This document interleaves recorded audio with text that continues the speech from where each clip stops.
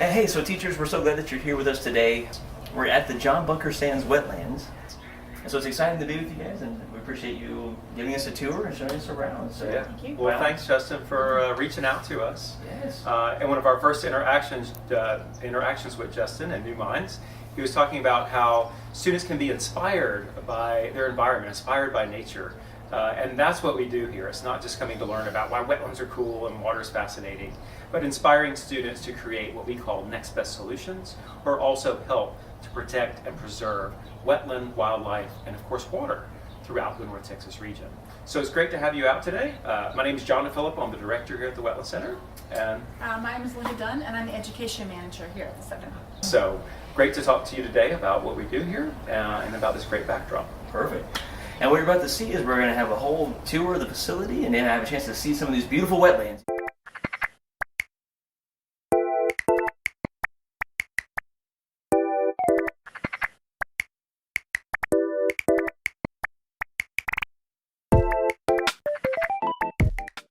Well, we'll start right here, and this is our back deck overlooking the wetlands. So the teachers that are going to come out, your students will get this view, and I love it because when students walk in our front door, this is the view that they see. I call it the horizon effect, meaning when students and teachers come in, it's like all their stress and all their worries wash away, and that's what we want to happen here at the wetland. It's a natural water recycling system, so it provides the best backdrop for students to learn hands-on, immersive science, especially when it comes to aquatic and environmental science. And John, this is really interesting. So we talk a lot about recycling, and kids are very familiar with being able to put things inside the recycling bin and all that kind of stuff. But this is water recycling, and this is, you mentioned, this is man-made, so this was constructed. And when you look out, what exactly do you see? Yeah, so out in our view today is over 20 different species of native plants. This is about 800 acres of a 2,000 acre man-made wetland. Do you look right down at our feet? Anybody want to guess what did this? Oh my gosh, do you have, I don't know, possum? No, What bigger. burrows? Bigger. Raccoon. Bigger. Skunks. They're feral. What do you get? Boars? Yes, hogs. Are you Feral serious? hogs, yes. Wow. Okay. Quite a few feral hogs that are in the wetland. Wetland habitat is prime for feral hogs. Okay. But what they do is when it gets really wet, we had rainy season about 3 or 4 weeks ago, they'll come up out of the river bottoms and they're rooting around, basically eating the tubers and the plants underneath the soil here. But they love the edge of our sidewalk, so we're saying they're getting a jump start of construction. Right? There you go. Right. And you keep mentioning the ecology. I'm seeing a snake on top of the plant. It's incredible. Look at this. Can you get? Oh, I see it. Oh, it just went He off. just went down. Yeah. I looked over and I was like, that doesn't look like a plant. Yeah. Was that a green? Yeah, it looks like a garter or a racer, Oh, I maybe. see his head right here. Yeah. So there you go. The plants have a purpose in the winter as well. Here's a little frog here too. I'm just looking down right there. See frog?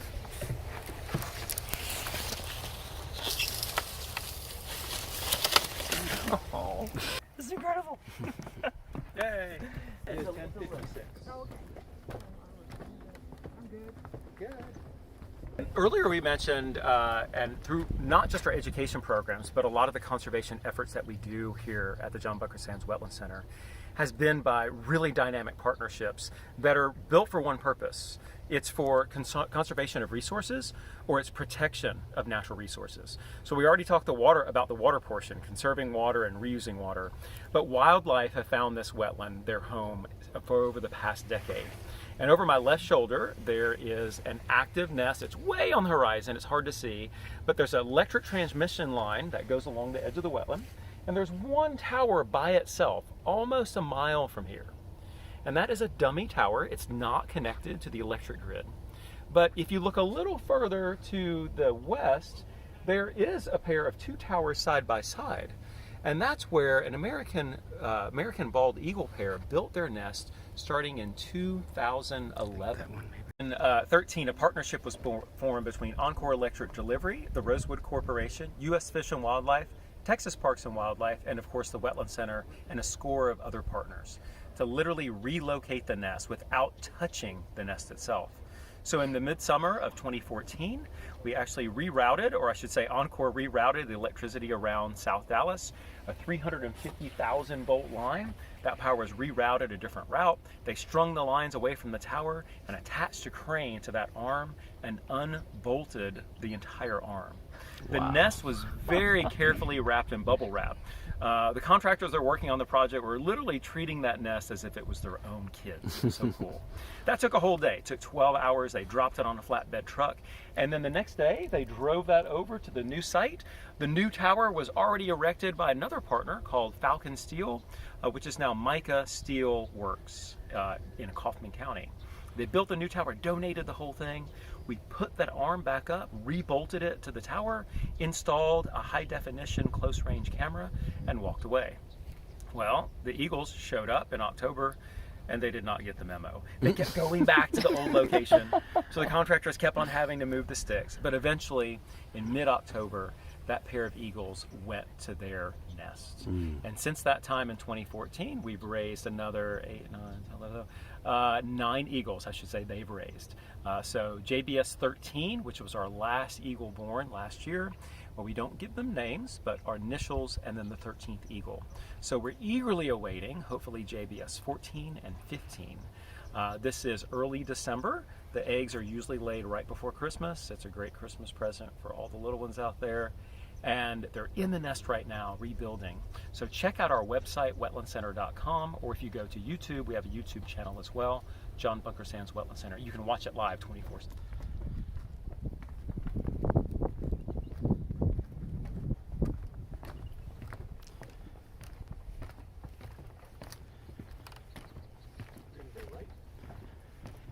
So we're going to head down and take a look at one of our educators, Stephanie. She's teaching a soils class today to our homeschool. Homeschool's a little tricky sometimes because we have kids starting at age 6 all the way up to we've had high school. So it's a pretty wide age range. So we try to kind of hit both of those age ranges. I think they're collecting soil right now, and then when they get back inside, they're going to be analyzing it and see what it's made out of. So we'll head that into. So what we're going to do is we're actually going to bring a handful of soil back inside, and we're actually going to play with that soil to figure out what that soil texture is going to be. Now, this is a very, it's going to be a very subjective measure as to what the texture is going to be. But our graduating filters is going to be a little bit more accurate as to what that measure is going to be. All right, so Stephanie, my name is Justin, and we're this is a training for teachers. And so the idea is we're trying to ask teachers, like, well, how do you take things and make them interesting for a kid? Now, you have this beautiful nature in front of you. Yes. And we're seeing kids that are, you guys have bags of dirt, is that right? That's so cool. Now, most kids look at a bag of dirt and be like, Santa was mean to me. But you've made it interesting. Like, so talk a little bit about your inspiration and how you do that. First off, it's not dirt, it's soil. Oh, yes. Okay, I love it. Yes, that's Yes, and if it wasn't for soil, we'd all be whales. Okay, perfect. So what I like to do is we like to do a lot of kinesthetic activities, a lot of hands-on activities. So what we're going to be doing with these kids is we're actually going to be doing a soil texture by feel. Where they're actually going to feel, because we talked about what soil particles were. That there's the sand, there's the silt, and the clay, and that's what makes up the soil and the texture that we feel. So when they play with it in their hands, one, they're getting dirty, they're getting used to being dirty and outside. But two, they're getting a more real feeling of what soil actually is, and that the soil here is very different from the soil in their garden. Like, it's very hard, it's very thick, it's very clay. But soil at home can be a little bit light, maybe a little bit sandier. So it's really getting into it, really getting dirty with it. Yes. Okay, well, thank you for your time. I Not appreciate a problem. what you do from your students. So where did lessons come from? Because, I was asking Stephanie, you have dirt everywhere. And she's like, no, this is soil. Particular lens. I want the kids to do an activity with it. Like, where does the inspiration come from? Who creates these lessons? So actually our team does. Okay. All the lessons that we have are created by the entire education team, myself, and then us 3 educators. Okay. That particular lesson Stephanie did. Okay. In fact, all of the homeschool lessons that we have, who's ever in charge of that lesson is the person who creates it. Okay. And you mentioned earlier the flexibility of a homeschool group, right? That could be like that one group, ranging from 6 years old to maybe 14 years old. But then when you talk to like a public school, they may say, well, we have to follow this curriculum. We're working with specifically 4th grade. How do you meet their needs? Like, is it a science-based lesson that you've been? It is a science-based lesson. Okay. So we make sure that we follow all of the TEKS, the Texas Essential Knowledge and Skills, and that those lessons really hit those components. Man, I'm not going to speak for all the teachers, but I'll say there's probably so many teachers that are looking at you and saying, oh my gosh, this looks amazing. You still take the content that you have to teach, and you're still able to work it into a lesson and make an immersive experience for the kids. So kudos to you. It's incredible. One of my favorite parts of the programming here at the Wetland Center, we don't offer a program for every background of science, but the core ones that we do that Linda mentioned on aquatics and plants and animals and birds, then we can take that curriculum and then they morph it. So let's say a teacher that's studying aquatic science wants a little bit more on chemical testing or aquatic testing. We can focus on that a little bit more, maybe less on the biotic testing itself. So our programs can be flexed in a way to actually help the teacher meet their needs of what's most important. Favorite lesson that you delivered? One the kids respond to that you just get into and just love? It would be our wetland ecology, because they are looking for macroinvertebrates, so they're actually in the water. There's actually something moving, Okay. you know, that sort of thing. So that one probably tops the list. Okay. The second one is probably, we have one called Wildlife Ecosystems, and that's a very 5th grade targeted class, because that's what they do, energy transfer, and all of that. So that's where that one comes in. And they go out onto the boardwalk and they chart and list habitats they see, animals they see, and shelters that they see. And then they go back and create their own energy pyramids or food chains based on what they saw. What they saw? Yeah, Okay. so they're taking that data and they have to take it and put it in. It's not just something that's in a book, but they have to pick it. So.